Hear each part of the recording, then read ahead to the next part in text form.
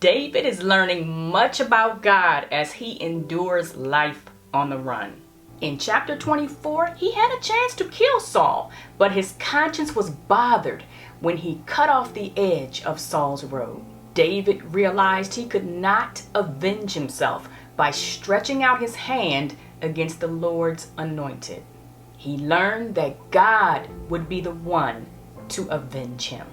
In chapter 25, David got angry when Nabal insulted him and refused his request for food. He was ready to take revenge and take out Nabal and his men, but God used Abigail to stop him. David learned of God's restraining power, and again, that God is the one who avenges. Let's see what's next for David. I'm in chapter 26, verse 1, reading from the New American Standard Version. Then the Ziphites came to Saul at Gibeah, saying, "Is not David hiding on the hill of Hachilah, which is before Jeshimon?" Remember the Ziphites? In chapter 23, David was hiding in the wilderness of Ziph, and the Ziphites went to Saul then to tell him where David was hiding. That led to the encounter where David was almost caught, but God sent a messenger to redirect Saul. Here the Ziphites come again, reporting to Saul where David is hiding. Now Saul was at home in Gibeah. Maybe he had stopped pursuing David, at least not every day, after that encounter where David let him know he could have killed him but didn't. But Saul is about to be at it again. Continuing verse 2, so Saul arose and went down to the wilderness of Ziph, having with him 3,000 chosen men of Israel, to search for David in the wilderness of Ziph. Saul camped in the hill of Hachilah, which is before Jeshimon, beside the road, and David was staying in the wilderness. When he saw that Saul came after him into the wilderness, David sent out spies, and he knew that Saul was definitely coming. David then arose and came to the place where Saul had camped. And David saw the place where Saul lay, and Abner, the son of Ner, the commander of his army. And Saul was lying in the circle of the camp, and the people were camped around him. Interesting, David sees that Saul is coming after him, but instead of fleeing, he goes straight to Saul's camp. He makes an offensive move. Verse 6, then David said to Ahimelech the Hittite and to Abishai the son of Zeruiah, Joab's brother, saying, "Who will go down with me to Saul in the camp?" And Abishai said, "I will go down with you." We have talked about the fact that the men who joined David initially were men who were distressed, discontented, in debt, not necessarily fighting men. But Abishai is a for-real warrior. We see that in 2 Samuel, and we sort of see it here, where he volunteers to go with David into enemy territory. Notice David didn't put out an open request to all the men who were with him, "Who will go with me?" He asked 2 men, and I bet Ahimelech the Hittite was a fighter also. Verse 7, so David and Abishai came to the people by night, and behold, Saul lay sleeping inside the circle of the camp with his spear stuck in the ground at his head, and Abner and the people were lying around him. Please picture this scene. Saul is lying inside the circle of the camp. Then there's this wide circle with several rings. That's the 3,000 men who are protecting Saul. David and Abishai had to get past all those men in order to get to Saul at the center. Can you imagine them tiptoeing at night as the men slept? Verse 8, then Abishai said to David, today God has delivered your enemy into your hand. Now therefore, please let me strike him with the spear to the ground with one stroke, and I will not strike him the second time. Now they have already been through this when they were hiding in the cave and Saul came in. David's men said, here's your chance to kill Saul. And David said, I will not touch him, neither do I permit you to touch him. Now Abishai is saying, let me try this again. It's probably why he volunteered to go. He said, let me be rid of Saul and all this running. Just let me kill him. But of course, you have to put God's name in it to make it sound good. God has delivered your enemy into your hand. Now let me kill him. David is not persuaded. He knows what God's will is. Continuing verse 9, but David said to Abishai, do not destroy him. For who can stretch out his hand against the Lord's anointed and be without guilt? David also said, as the Lord lives, surely the Lord will strike him, or his day will come that he dies, or he will go down into battle and perish. The Lord forbid that I should stretch out my hand against the Lord's anointed. But now, please, take the spear that is at his head and the jug of water, and let us go. David's faith had to have been strengthened after seeing what happened with Nabal. David didn't take revenge, and God took care of that situation pretty quickly. God will take care of Saul also in his time. David tells Abishai who can stretch out his hand against the Lord's anointed and be without guilt. He's letting Abishai know this is for your good, that you don't sin against the Lord. David does for Abishai what Abigail did for David. He stops him from seeking revenge.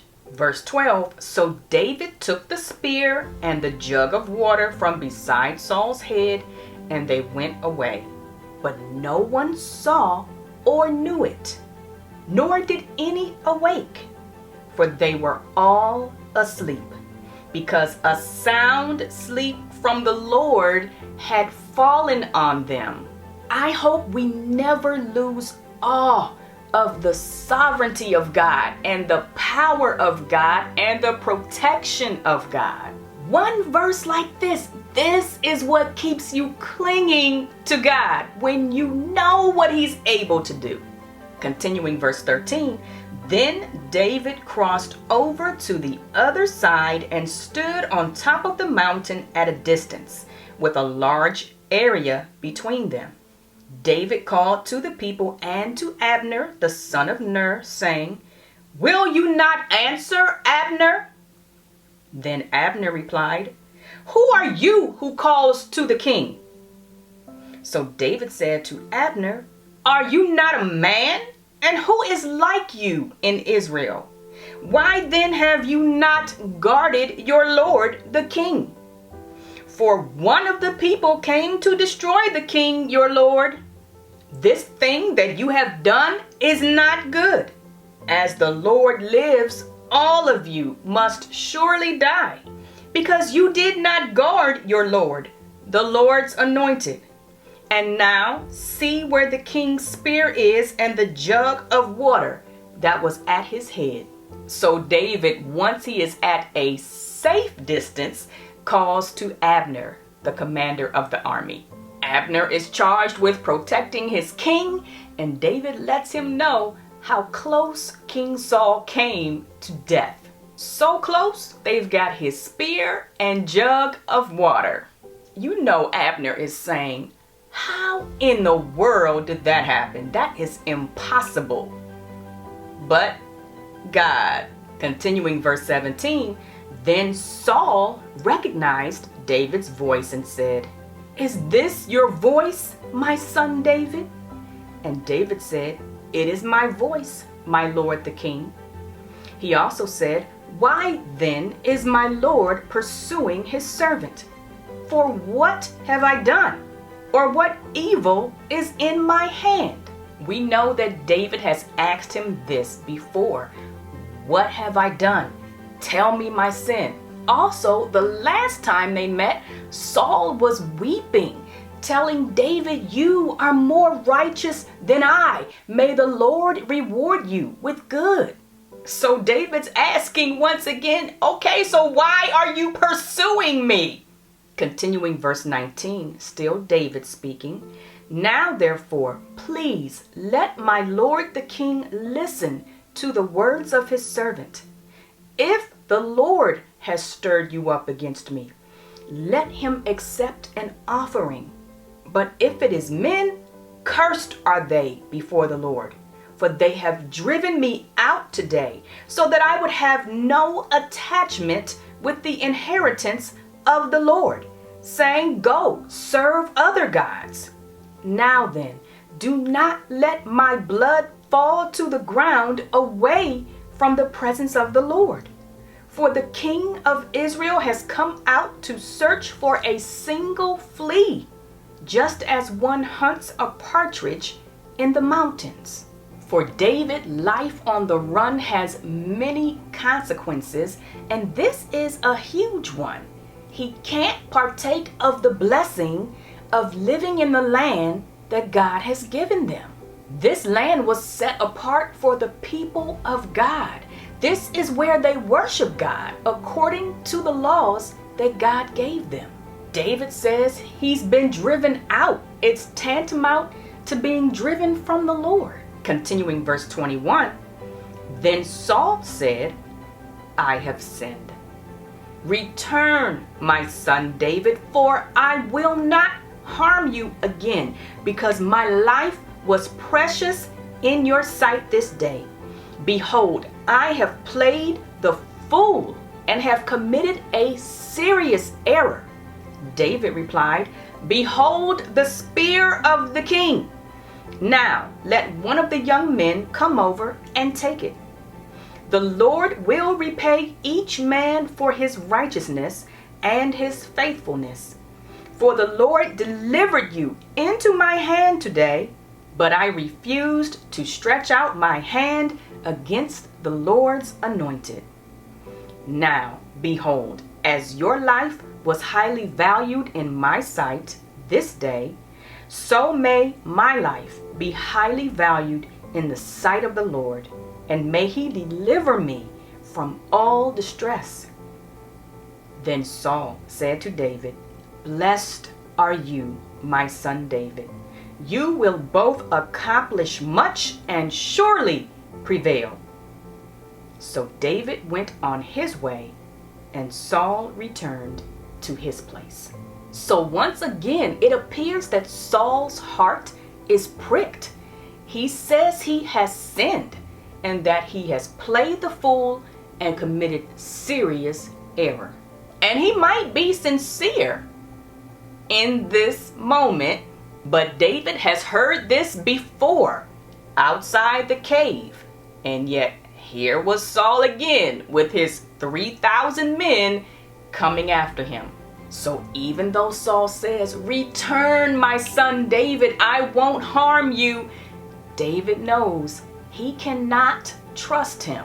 David continues his life on the run in the next chapter. I want to go back to David's words to Saul in verse 20.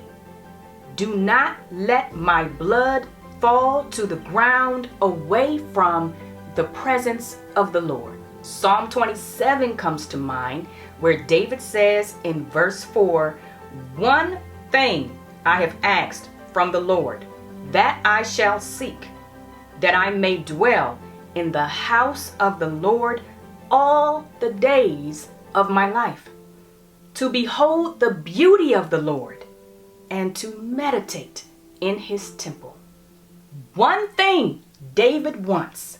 One thing he says he will seek, and he asked it of the Lord, to dwell in his house. in his presence.